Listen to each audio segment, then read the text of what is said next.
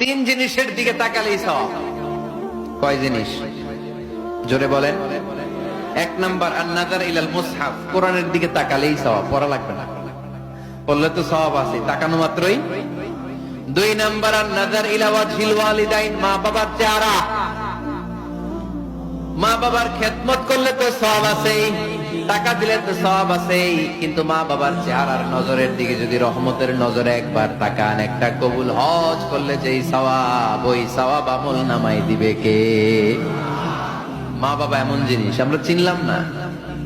আমরা পীর সাহেবের দরবারে লাউ নিয়ে যাই আর গান গাই, সাদের লাউ বানাইলো মোরে, আগা খাইলাম ডগা খাইলাম, খাইলাম না ডুগডুগি না।